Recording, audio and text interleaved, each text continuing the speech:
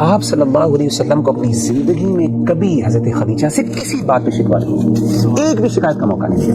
آپ پر کب کبھی طاری ہوگی اور آپ کی آنکھوں سے آنسو نکل آئے حضرت خدیجہ کی وہ ہار کو دیکھ کے کہ میری بیوی کا یہ ہار ہے اور میری بیٹی نے بھجوایا کہ میں اس کے شوہر کو آزاد کروں، اور جنت میں ایک گھر کی خوشخبری دیجیے ان کو، اللہ نے ان کے لیے تیار کی ہے ایسا گھر جو موتیوں سے اللہ نے تیار کیا ہے. تو ربی بھائی یہ جو محبت ہے نا، یہ والی جو محبت ہے، جو ساتھی والی محبت ہے کہ جو آپ کے ساتھ ہو، جو آپ کا مددگار ہو، the one who has your back actually، جب کوئی بھی نہیں تھا آپ کے ساتھ، یہ محبت بہت اعلیٰ درجے کی ہوتی ہے.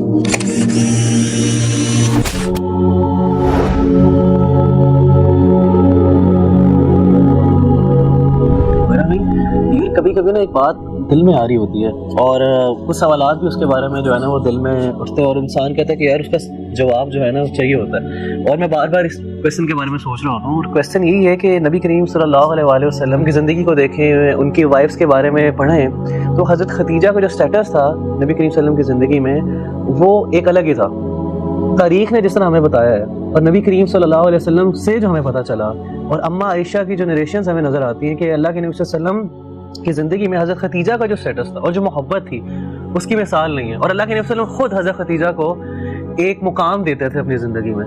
تو اس کی کیا وجہ ہے کہ ساری وائفس کی محبت، ساری وائفس کا اخلاق ایک طرف ہے، اور حضرت خدیجہ کا جو سٹیٹس ہے، جو ان کی محبت ہے، جو مقام اللہ کے نبی صلی اللہ علیہ وسلم کی زندگی میں ہے، وہ ایک الگ ہے. اصل میں آپ یہ دیکھیں کہ انسان نہ بعض اوقات اپنی زندگی کے کچھ ایسی مشکل مراحل پر ہوتا ہے اور کچھ ایسی کنڈیشنز اور کچھ ایسی سچویشن سے گزر رہا ہوتا ہے کہ جس میں انسان اپنے آپ کو بہت اکیلا فیل کرتا ہے، اور نہ صرف وہ اکیلا فیل کرتا ہے بلکہ اس کو یہ احساس ہوتا ہے کہ شاید جس چیز کے لیے میں لڑ رہا ہوں نا، وہ شاید دوسروں کو سمجھ نہیں آ رہی اس بات کی، اس کی اہمیت کا لوگوں کو اندازہ نہیں ہو رہا.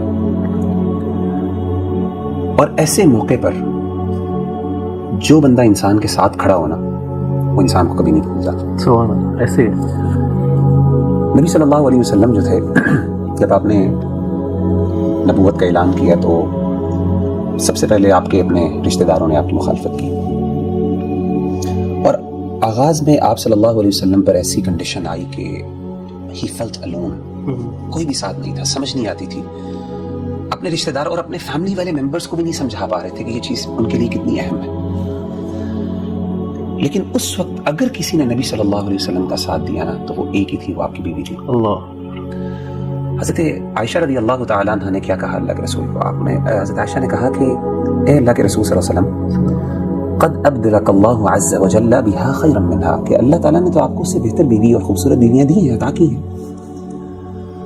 آپ نے جواب دیا کہ نہیں عائشہ، ما ابدلنی اللہ عز وجل خیرا منها، اللہ تعالیٰ نے مجھے ان سے بہتر کوئی بیوی نہیں دی، یا پھر کوئی بھی ایسی بیوی نہیں ہے جو ان کا مقام لے سکے. اور اس کی ریزن کیا ہے؟ آپ نے فرمایا کہ اس کی ریزن یہ ہے کہ قد آمنت بی اذ کفرنی الناس، حضرت خدیجہ اس وقت مجھ پر ایمان لے کے آئیں جب لوگوں نے میرا انکار کیا، وصدقتنی اذ کذبنی الناس، اور مجھے میری سچائی پر گواہی انہوں نے اس وقت دی جب لوگوں نے مجھے جھٹلایا.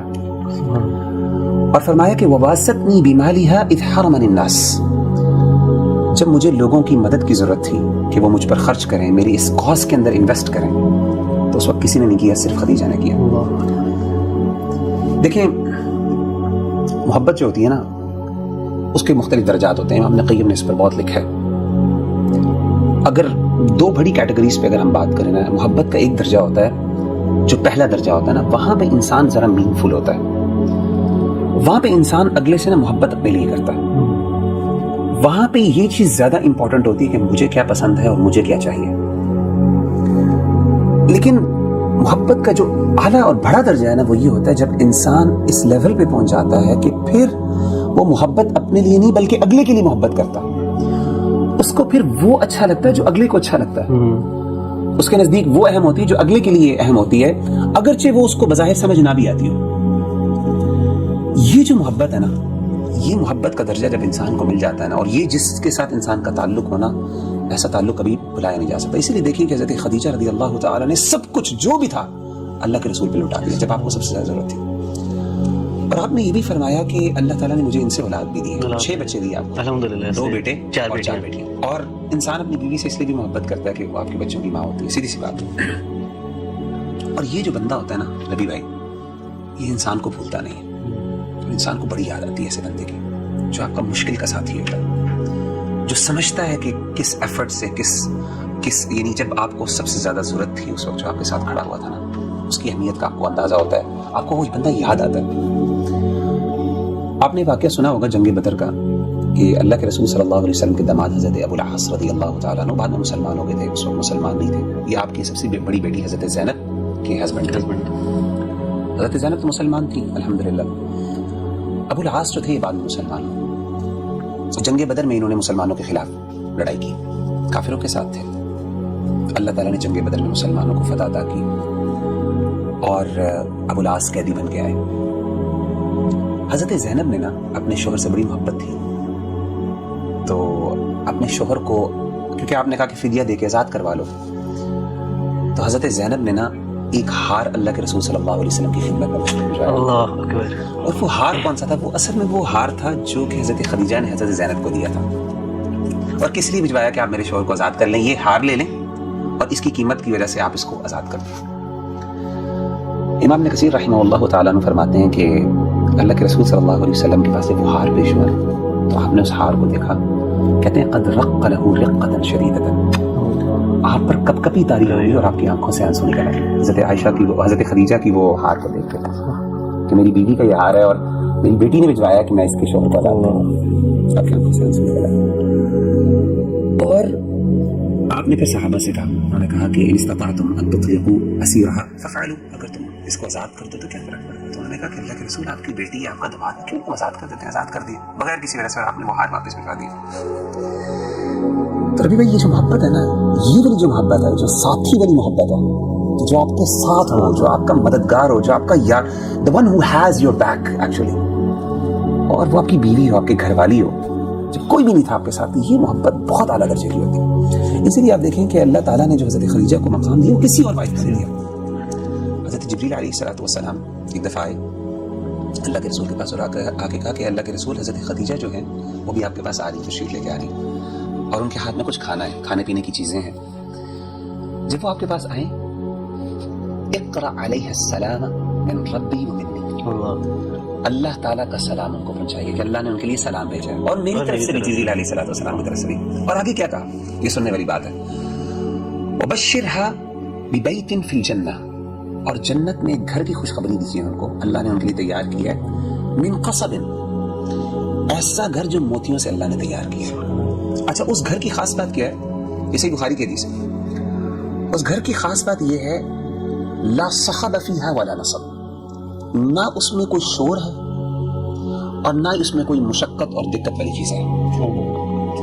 امام ابن کثیر رحمہ اللہ تعالیٰ نے یہ بات فرمائی بڑی, اور انہوں نے ذکر کی اپنی بدایہ والنہایہ میں بعض علماء کے حوالے سے, کہ انہوں نے اس کی توجیہ بیان کی کہ یہ ایسا گھر خاص کیوں ہے.